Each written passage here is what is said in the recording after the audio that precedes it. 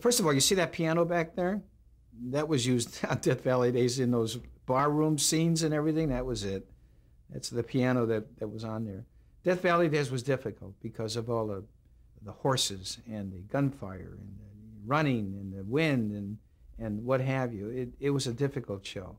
And as I said, Fred Berger was the editor on that, and he was very demanding, extremely demanding, but a very talented man, extremely talented man. And there was difficulty on that. People got hurt. It was difficult to mic the show, especially when you were out on location. On the set, it was easy, even though they blew a lot of ribbons on our microphones with their gunshots. They had to keep changing it, and finally had to come up with a microphone that more of a dynamic mic than a ribbon mic. Ribbon mic is actually a ribbon that would vibrate. And when you have a gunshot, the big bang hitting that ribbon would just blow it.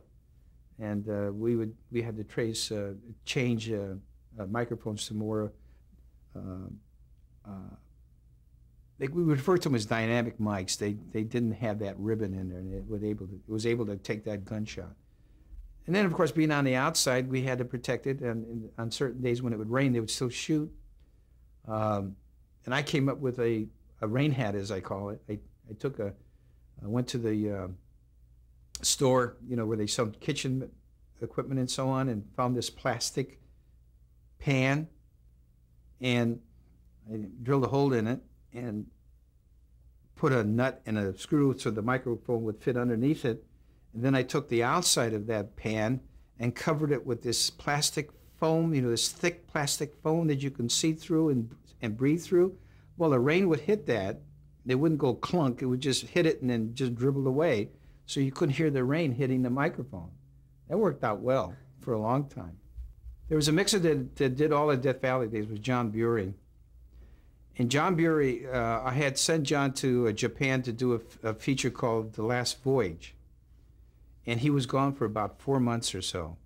And I had filled in with somebody else on Death Valley Days until he came back. And when he finally came back, the mixer that I appointed on Death Valley Days had got sick. So I called John, and his wife Bonnie answered the phone. And I said, "Can I talk to John?" And she said, "Are you not going to send him out again?" I said, "Bonnie, I have to. I have to talk to John." She said, "Please don't send him out. He's been gone for 4 months." I says, "Bonnie, I have no choice." So John got on the phone. I told him what had happened. The guy got sick. They're up in Utah. "Can you relieve him until I can get somebody else up to relieve you?" He says, "Sure." So he took off. Well, on a Sunday, he was a pilot. So on Sunday, him, a boom man, and 2 other guys went for a flight. And they ended up in a box canyon, and they crashed. And everybody died except one guy. And John was one that died. And the one man was able to get out, walk, got help, and so on, etc. We couldn't find them for 4 days. We didn't know where they were. And so comes the day of the funeral, I went. And she was really upset with me. That was bad.